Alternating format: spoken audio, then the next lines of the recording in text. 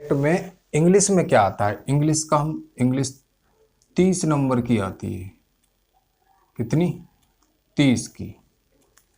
TET में जो है टेट।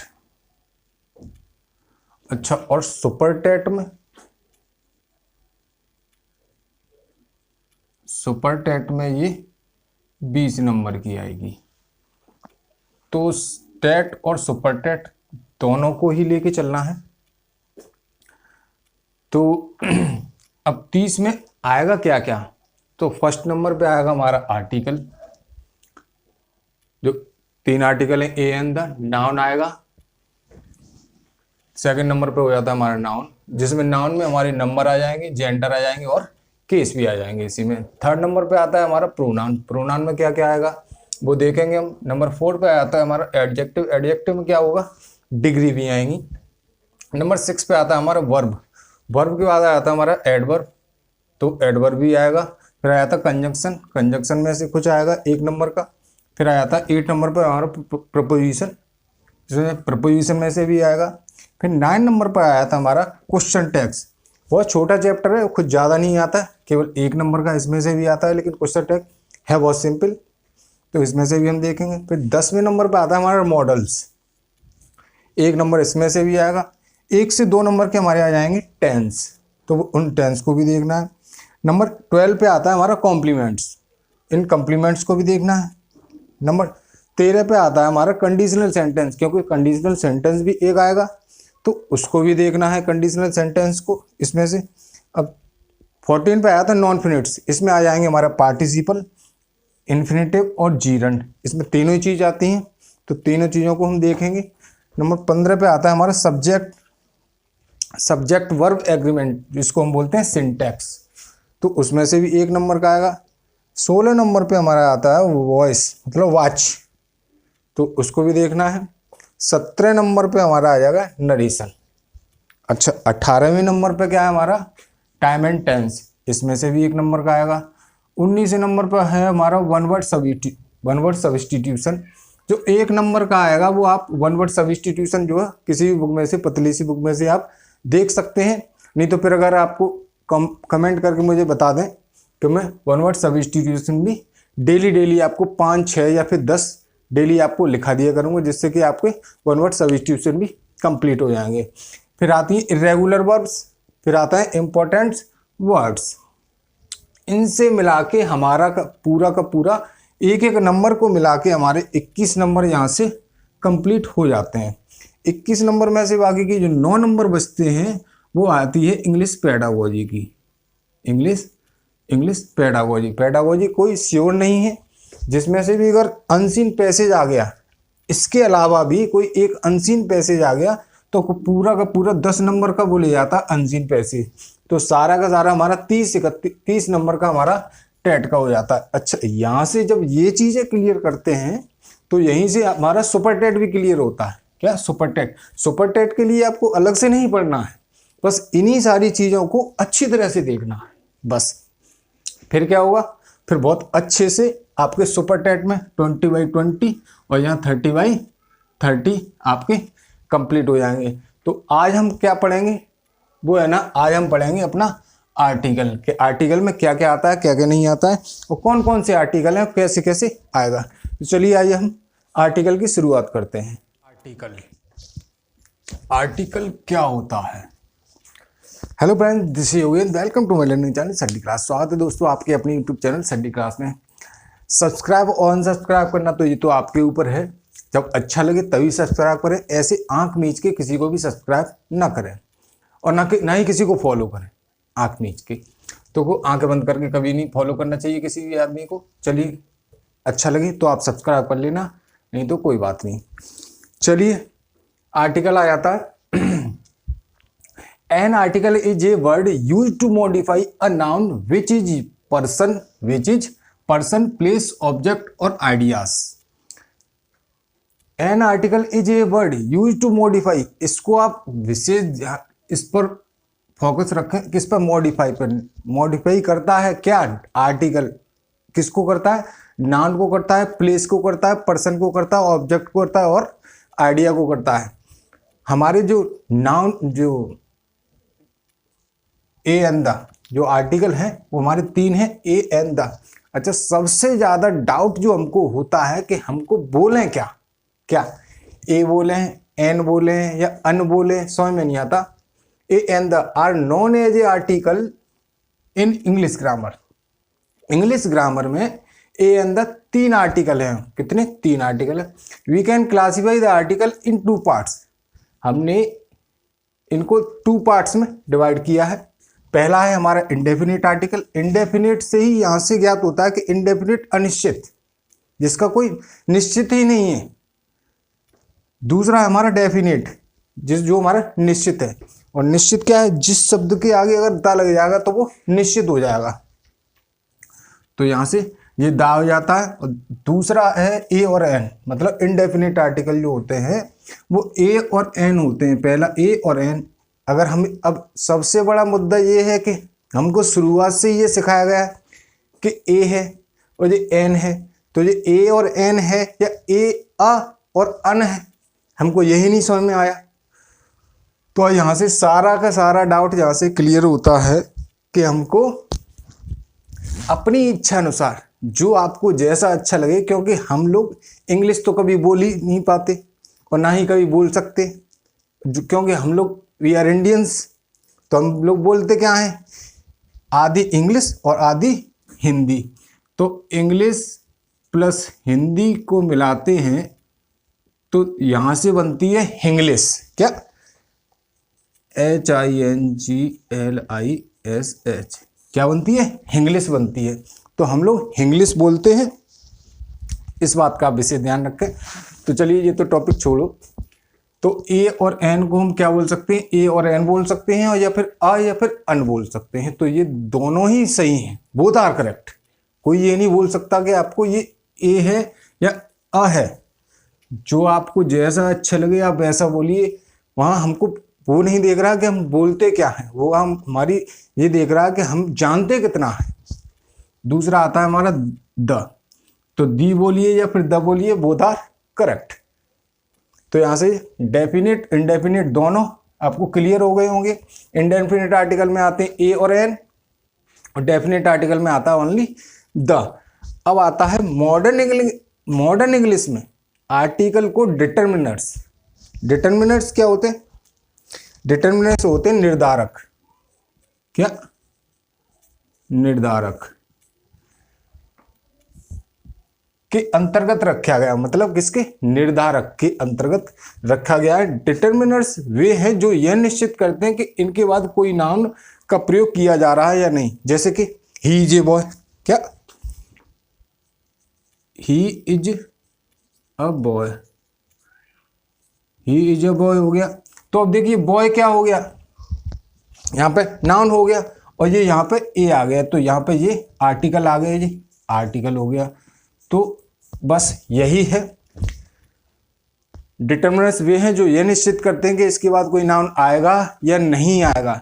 तो ये हो जाती है हमारी आर्टिकल की डेफिनेशन। के डेफिनेशन में आता क्या है आर्टिकल में? तो आर्टिकल होता क्या है? एक शब्द वर्ग। अच्छा, इसको हिंदी में बोलते हैं एक शब्द वर्ग। एक शब्द वर्ग, ठीक है। या फिर लेख बोल सकते हैं। क्या बोल सकते हैं? लेख। ये लेख हो जाता है आर्टिकल मीन्स। तो यहां तक तो ये हो गया कि भाई आर्टिकल को अंतर्गत आता क्या क्या है, हमको करना कैसे कैसे, तो यहां से पूरा क्लियर हो जाता है। अब आते हैं ये किस किस के आगे और किस किस के पीछे लगते हैं। तो वो सारा का सारा हम देखते हैं कि ये पूरा हो गया, काइंड्स ऑफ नाउन हो गया कि क्या से क्या होता है। अब आता है हमारा आर्टिकल। आर्टिकल तो पूरी डेफिनेशन होगी, हमारा सब कुछ समझ में आ गया। आज सर्दी बहुत है, इस वजह से कुछ पहन रखा है। देखिए अब हमको पता कैसे चलेगा कब ए लगेगा, कब एन लगेगा, कब द लगेगा। तो द तो हमारा निश्चित है, ये वो तो डेफिनेट है, वहां तो कोई पंगा है ही नहीं। पंगा सारा है यहाँ पे ए और एन में आता है। जब भी वोवल साउंड आएगा, वोवल साउंड आएगा ए से लेके अंग तक, शुद्ध देसी भाषा में ए छोटा आ से लेके अंग तक, तो वहां पर हमको एन लगाना है। क्या? एन लगाना है। और का से लेके ज्ञा तक जब भी कॉन्सोनेंट आएगा, कॉन्सोनेंट साउंड निकलेगा तो वहां पे हमको ए लगाना है। तो ये तो हो गया पूरा फंडा कि ए और एन कहाँ लगाने हैं। अब कैसे कैसे लगाने हैं, तो पहला रूल आता है हमारा ए और एन का, सिंगुलर काउंटेबल नाउन मतलब SCN। सिंगुलर काउंटेबल नाउन होगा तो सिंगुलर काउंटेबल नाउन, जैसे कि सी इज ए स्टूडेंट, वह एक स्टूडेंट है तो स्टूडेंट क्या हो गया, ये सिंगुलर काउंटेबल नाउन हो गया। अब नाउन को आप में कुछ लफड़ा लग रहा होगा, कुछ दिक्कत आ रही होगी कि नाउन होता क्या है, तो हम वो इसके बाद आर्टिकल के बाद जो हमारा नेक्स्ट चैप्टर आएगा वो नाउन का ही आएगा। तो यहां से पता चलता है, तो सी इज ए स्टूडेंट, तो ये एक सिंगुलर काउंटेबल नाउन है, तो यहाँ इससे पहले ए का यूज हो गया। अब आता है ही is an Indian, he is an Indian, तो देखिए इंडियन, इसको अगर सही से डिफाइन करते हैं इंडियन। अब देखिए यहां पर जो ई आया है, ये ई आया है, इसके पहले एन आया है, तो बस यही ये बोल रहा है, तो एन इंडियन, ये हो गया आपका पूरा फंडा कि एन कहां पर आया, जो ई आया है, ई का साउंड निकल रहा है, इसमें ए से अंक तक आएगा, वॉल में आएगा, तो इसलिए यहां पर एन आया है। इस स्टूडेंट एस लग रहा है, तो यहां पर इसलिए ये इसमें आया, तो कॉन्सोनेंट में आया, इसलिए यहां पर ए आया है, तो ये हो गया। दूसरा रूल आता है singular countable noun plus adverb plus adjective. जिस जगह एडजेक्टिव और एडवर्ब आएंगे उसके पहले भी क्या लगेगा, आर्टिकल आएगा। जैसे कि सी इज ए स्टूडेंट, ये तो हो गया सिंगुलर काउंटेबल नाउन का, क्योंकि स्टूडेंट क्या है, सिंगुलर काउंटेबल नाउन है। दूसरा आता है हमारा singular countable noun plus adverb plus adjective. जब एडवर्ब और एडजेक्टिव दोनों में से कोई भी एक आ जाएगा तब भी हमारा क्या लगेगा, उससे पहले लगेगा, किससे, नाउन से पहले। तो नाउन क्या हो गया यहाँ पर, गर्ल क्या हो गया, यहाँ पर नाउन हो गया। अब ब्यूटीफुल क्या है, यहाँ पे एडजेक्टिव हो जाता है हमारा, तो इसलिए यहाँ पर ये यहाँ पर इससे पहले लगा हुआ है क्या, she is a beautiful girl, तो ब्यूटीफुल क्या हो गया हमारा, एडजेक्टिव हो जाता। अब आता है तीसरे, इसमें एग्जांपल लेते हैं कि she is a very beautiful girl, क्या, she is a very beautiful girl. Girl यहाँ पर हमारा नाउन हो जाता है, ब्यूटीफुल हमारे यहाँ पे एडजेक्टिव हो जाता है, और वेरी ब्यूटीफुल, वेरी क्या हो जाता है हमारे यहाँ पे, एडवर्ब हो जाता है। तो इसलिए वेरी से पहले यहाँ पर एक नाउन लगा, वो सॉरी आर्टिकल लगा हुआ, तो ये आर्टिकल हो गया हमारा।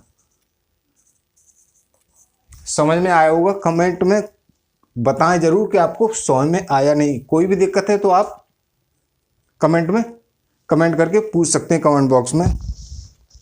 तो यहाँ से ये हो जाते हैं, 2 रूल हो गए। चलिए अब तीसरे रूल पे चलते हैं कि तीसरा रूल इसका क्या है। सिंगुलर काउंटेबल नाउन का हो ही गया। थर्ड रूल आता है हमारा a plus singular countable noun, a plus singular countable noun plus consonant sound with consonant sound. जब भी कॉन्सोनेंट साउंड आएगा तो वहां पे ए आएगा। जैसे ही इज अ हिंदू, हिंदू तो ही आया यहाँ पे, हिंदू को हम ऐसे लिखते हैं तो एच। हाँ किस में आता है हमारा, कॉन्सोनेंट में आता है, तो कॉन्सोनेंट के लिए हमने क्या बताया था, ए आएगा यहाँ पर। तो जैसे ही is a b a, b तो बी आ गया यहाँ पे, बी ए तो यहाँ पर ए आएगा। एस डी ओ तो ए आ गया यहाँ पे, एस क्योंकि